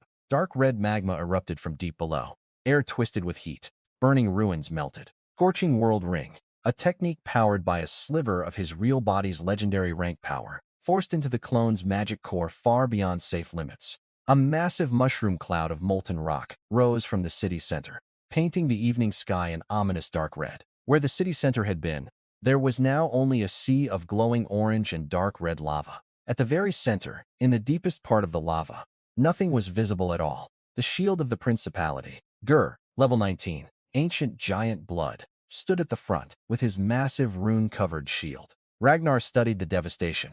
What did Whittle's family mess with? This kind of power is near legendary. Detonet's abyssal power centered on itself turns everything within hundreds of meters to lava. Below legendary rank, theoretically nobody survives. Ragnar cracked a grim smile. Well, it's not his territory. Sin Barony's having a bad day. A dying, rasping growl. At the core of the molten lake, Giri knelt broken. His fire main was almost entirely out. Abyssal power completely drained. The clone was finished. Then footsteps. Viridian and Whittle walked out of the light. Their clothes were scorched and torn. But underneath, not a scratch. He'd felt their life signs nearly vanish. A strike carrying a sliver of his true body's legendary power. The abundance power inside her activated on its own and dragged her back from death's edge. Giri's attack had burned away most of his life essence. His power could heal his wounds, but couldn't replace what was burned. From now on, he'd need Viridian to regularly replenish his life force, or he'd slowly wither like a leaking barrel. Viridian's voice was perfectly calm.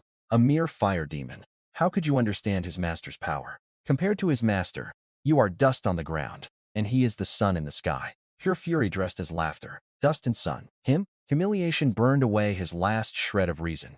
If he was going to die, he'd take them with him. The final reserve of power surged from his core. White-hot light burst from every crack in his skin. He grabbed Ragnar and Brock, yanked them back, and threw his giant shield up in front of all 3. Lava rained down in every direction. But this blast was smaller than the first. Guri's clone had nothing left. When the shockwave faded, sulfur and cooling lava choked the air. Surviving soldiers and civilians stood at the lake's edge, all staring at the smoking crater in silence. Then 2 sets of footsteps came from inside the fire, clothes covered in ash and burn holes, but their bodies untouched. The first soldier knelt, then another. City guards, mercenary deserters, noble retainers, regular infantry, all kneeling on the same scorched earth, facing the same direction. The old swordsman held Guri's gray-black severed head in one hand and half a sword hilt in the other. What neither of them noticed yet was the faint dark red mark on both their chests, Guri's parting gift. From now on, any cultist who worships Guri will sense that mark if they get close enough. They'll come like sharks smelling blood. Relentless, suicidal. That's demons for you. He traded his clone's total destruction for a chance at eternal revenge. Petty to the bone, Viridian was Viridian's son, rightful blood of the Sun Baron house. Today, Viridian claimed the 21st generation barony. From today, Viridian was the sole lawful ruler of the Sun Barony. All remnants of rebellion will be settled. The broken city will be rebuilt. The scattered people will be protected. No noble council vote. Gur, the shield of the principality, watched it all, exchanged glances with Ragnar and Brock. In the name of the royal house, Viridian recognized your title. Viridian's son, 21st Baron of the Sun Barony. He paused, then continued. The appointment authority meant she could promote or remove her own lesser nobles, without waiting for the capital, slow bureaucracy. In the principality's history, That kind of power was reserved for royal blood. Giving it to a border baron was a first. Citizens screamed her name. Soldiers beat sword hilts against shields. Nobles bowed so deep some nearly folded in half. Thank you, his dragon lord. After the battle, the three strongest fighters in the principality each came to speak with Viridian privately. He didn't ask about her master, just said that every strong person has secrets, and if she ever needed the principality's supports, they'd remember today. Brock, the hammer, looked up at her. He was half a head shorter and said his family owed her. What nobody noticed yet were the faint dark red marks on Vivian's and Whittle's chests. Geary's final revenge. Any cultist who worships Geary will sense them if they get close enough and come hunting. Relentless, suicidal. Not a clone, the actual legendary lord. That's how demons operate.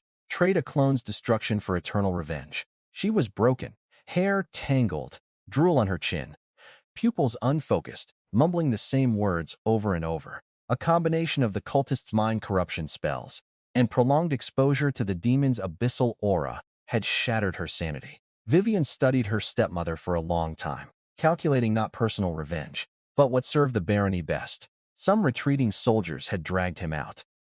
An 11-level knight was worth trading one moment of satisfaction for his permanent loyalty.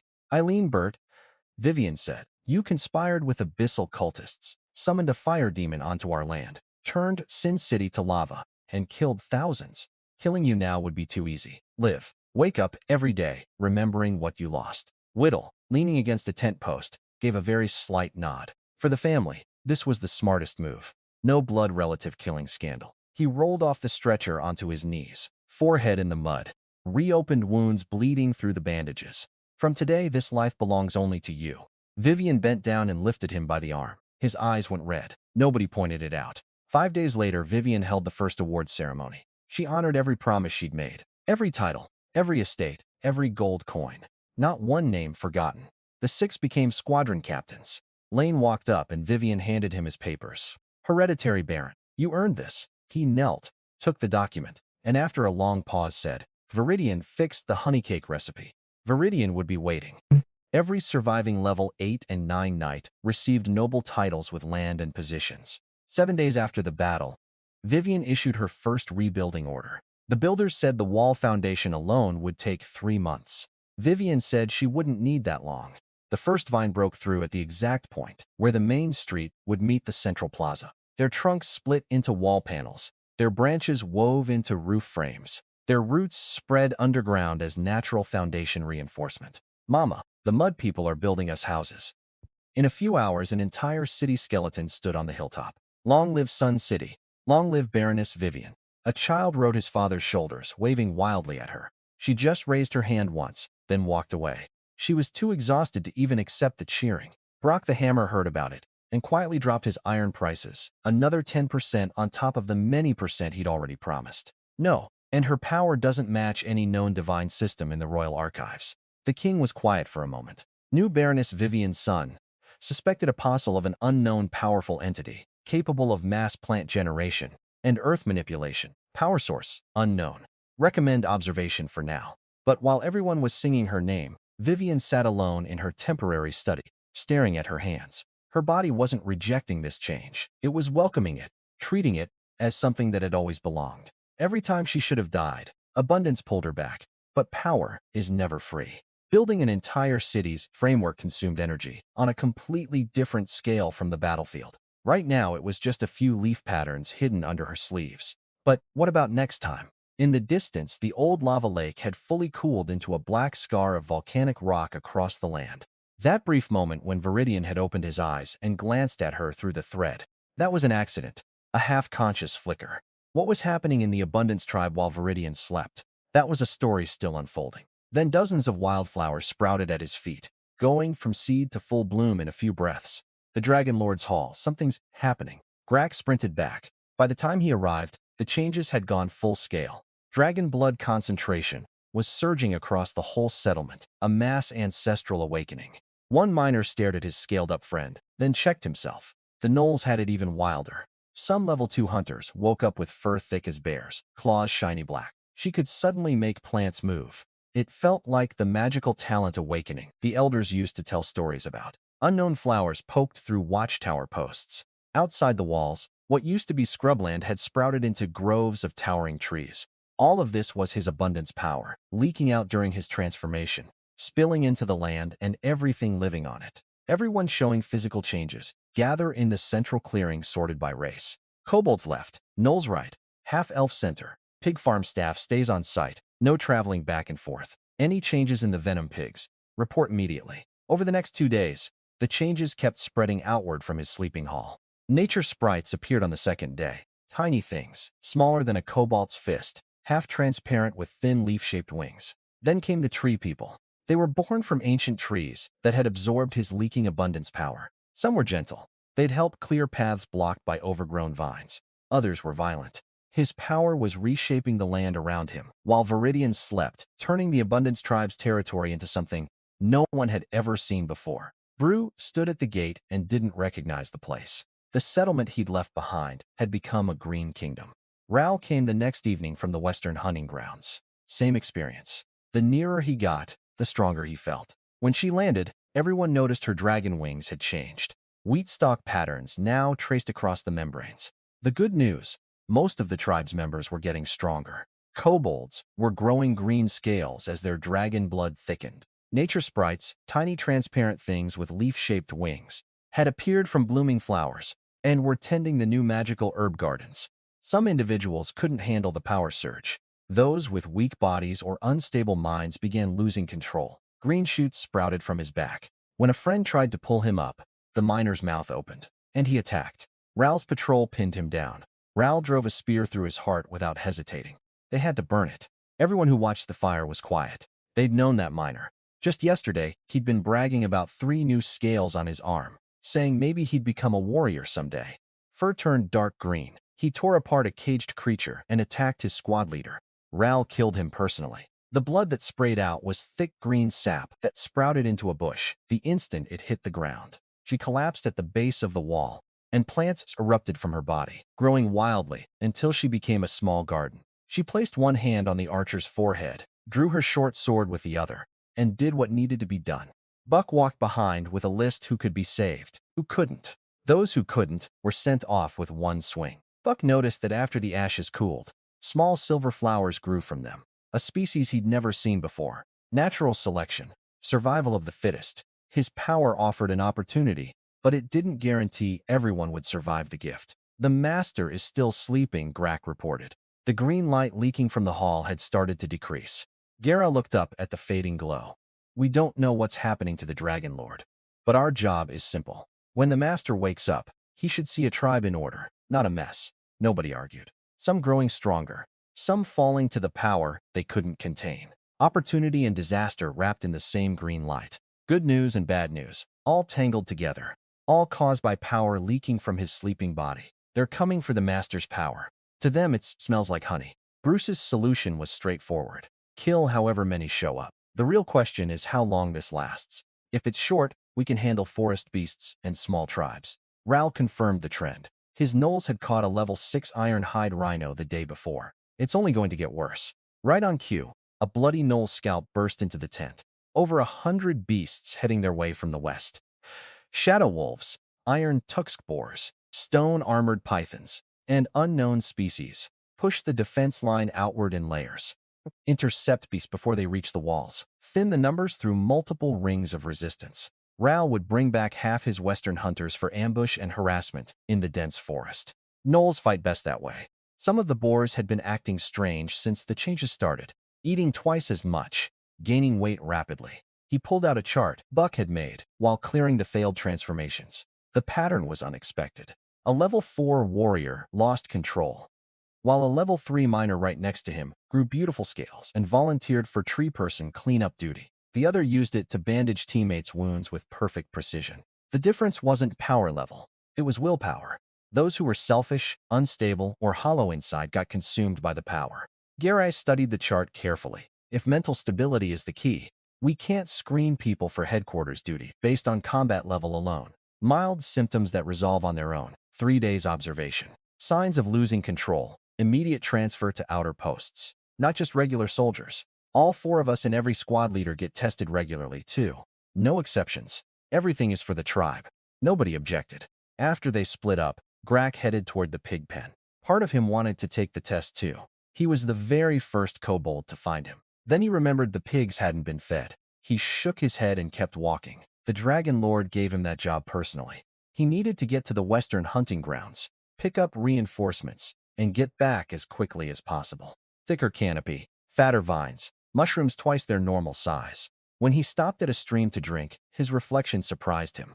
More than 200 volunteered. These were the younger generation, born and raised in the Abundance tribe, loyal to the bone. As for the risk of failing the transformation in the wilderness, staying weak is worse than dying. Small beast groups get killed on the spot. Large herds get harassed and pulled into ambush zones. An old chief never leads from safety. A level 7 raging forest elephant smashed through the trees. The skin split cleanly. Blood sprayed, soaking half his body. The elephant's front leg buckled. Before it could turn its head for another strike, Ral was already on its back. They'd seen Ral hunt before, but a level 7 forest elephant usually took a whole team hours to grind down. Ral just killed one in moments. He jumped off and looked at his claws, blood still dripping. Before today, breaking through that kind of thick hide was the hardest part of any hunt. Fangs left shallow dents. The dragon blood inside him was making everything sharper and hungrier. His appetite had exploded lately, rivaling an ogre's. The line from ear to jaw sharper, more defined. He didn't look like a gnoll anymore, more like a werewolf. Even healing had sped up. A hit from the elephant's ear had bruised his left shoulder during the fight. He didn't understand magical theory, didn't know about abundance paths, or power overflow, or ancestral awakening. A scout ran back with news. Hundreds of goblins spotted 5 miles west, mixed in with more beasts, numbers still growing. Somewhere on his skin, beneath the fur, where vine scratches had healed, a faint green shimmer pulsed once and vanished. He wasn't worried about goblins. A few hundred green runts. He could handle them alone, even if they doubled. The truly terrifying things in the deep forest, the ones even ogres won't approach, would eventually come to. Its trunk was hollow inside. In the darkness of that hollow, a pair of green dragon eyes was opening. Something that had been hidden in the deep forest for a very long time had finally been awakened by his leaking power. He was 12 meters long, dark green scales, perfect for blending into dense forest. A green dragon on the edge of adulthood. When Eaters was still a young dragon, the warlord hadn't taken him seriously. A young green dragon, not even master rank. What threat could he pose? The warlord was wrong. Eaters secretly turned the snake people before the fight. Eaters kept his promise. The snake people got their freedom and territory in exchange for becoming his core vassals. But he'd never expanded outward, not one step. That was what made him smarter than most dragons. He knew that the moment he pushed beyond the deep forest, surrounding kingdoms would come for him. Warm, growing, perfectly aligned with a green dragon's natural affinity for plants, and carrying a faint edge of danger. Nothing in his entire bloodline memory, thousands of years of dragon knowledge, described anything this perfectly suited to green dragon evolution. 20 years, maybe 30 at most. Legendary rank, the threshold that most dragons never cross in their entire lives. Lower body a serpent's tail covered in dark green scales. Upper body humanoid with smooth skin above the waist. It's something Viridian had never encountered before, and it fits green dragon power perfectly. If Viridian consume its source, Viridian can break through to legendary. He paused. Find it. Do not reveal our position. Find it, map everything. The source, its location, guards, surrounding forces, every detail, and report back. We've survived this long because we never expose ourselves. This time is no different. Emma bowed and slipped out silently. Meanwhile, on the outer forest's western defense line, Ral was crouching behind a fallen tree cleaning from his fangs after repelling a second wave of beasts. He had no idea that deep in the forest, a green dragon far older than him had turned his hungry gaze toward his territory. Drai arrived at the western front with 300 half-elf rangers, just as Ral's hunters were running out of steam. We're late. Ral wiped blood off his claws with a scrap of fur. You're here. That's enough. Level 10s are starting to show up. He pointed at the corpse of a stone-armored python the size of a forest elephant. They didn't need a strategy meeting. Both knew exactly where to stand. Gire flew overhead, covering the whole battlefield with her eyes. Their wounds stopped bleeding in seconds. Broken bones healed in half a day. The price was monstrous hunger. They ate several times more than normal gnolls. Dead beasts from the battlefield went to them first. Gnoll hunters held the front line and delivered killing blows up close. Arrows sealed escape routes. Vines locked down movement. Against levels 6 through 9, The plant-wielding half-elves trapped beasts with vines and tree soldiers, while Gnolls flanked and tore them apart. A level 11 ground-splitting bear smashed through the vine wall. Gray used her dragon wings to blast wind in its face. Quick, clean, barely a scratch on either of them. Wave after wave broke against the defense line. Blood hadn't dried on one layer before the next wave climbed over it and got pinned down by arrows, becoming the next layer. He stood on the corpse hill, covered in blood, mostly not his own, every wound slowly closing. Gnoll hunters carved edible meat from the corpse piles. A forest elephant leg would feed them for days. Jira's fingers slid silently to her sword hilt. Ral's eyes locked onto one spot. "You felt it too," Jira said. Ral stared into the shadows for a long time, then pulled his gaze back. Probably just a small rat. One of Emma's 6 commanders above level 10. He'd personally crept to the core of the Gnoll defense line to observe everything. Every detail recorded in his memory, ready to carry back to his master in the deep forest. Gnolls with ogre-level healing, half-elves controlling plants, and creating tree soldiers. 2 races fighting side by side with military precision, layered defense strategies against different threat levels. Nothing like a ragtag monster mob, more like a trained civilized army. Emma's tail tightened as she listened. Combined with the mysterious power only her dragon master could sense, drifting from the west, the pieces fit together. Inside was more than a tree hollow. Dragon tongue runes covered every surface, thin streams of green magic flowing between them. This was why no beast or rival power had ever found the core area. 12 of dark green dragon. His eyes as opened and fixed on the trembling snake commander behind Emma. Viridian believed you should hear it directly. Ethers studied 8 from head to tail. Speak. 8 couldn't move. He'd glimpsed Ethers from a distance years ago. Being pinned by those eyes at close range was completely different. The mutated Gnoll's healing speed, the half-elves plant magic, the coordinated tactics, the defense line structure. He wasn't there to analyze. Analysis was the dragon's job. Silence filled the lair for a long time after he finished. 12 of dragon unfolding in the confined space. Wings half opening, then closing. His pupils burned with raw greed. He stared down at 8. When those Gnolls healed quickly, was there anything else? 8 blinked. A deep dragon growl shook the rune-covered walls, making every symbol flash at once. 8 flinched backward. Even Emma's fingers tightened involuntarily. Then the impulse was crushed. Years of survival discipline forced it down. He was a green dragon who'd hidden in the wilderness for years. Without being discovered or hunted, he'd waited this long. A few more days wouldn't matter. He turned to Emma, voice calm again. Then mobilized the army. Push the mid-forest medium tribes westward. Don't tell them why. Let them charge in on their own. His tail pointed toward the outer edge. Let them test that tribe's strength for us. They were about to become expendable probes, thrown at his tribe to measure what we could handle. Their mission, drive the mid-layer tribes westward, straight toward his territory, and use them as disposable probes to test his tribe's strength. Their leader, Hort, was a level 11 Gnoll warlord, with over 1,000 fighters. This was an army. 3. Many snake warriors in tight formation. Spear tips gleaming, 6 commanders lined up at the front. Hort tried to negotiate. We've stayed on our land, paid every tribute on time, never crossed into your territory. When Hort opened his mouth to object, Emma flicked a glance at 2 of her commanders. He flew backward through his own fence and crashed into a rock pile. 2 level 10 commanders against an unprepared level 11 Gnoll. Leave by dark, or next time Viridian won't just kick you out. Hort's bat blood lowered his head and squeezed out one word, retreat.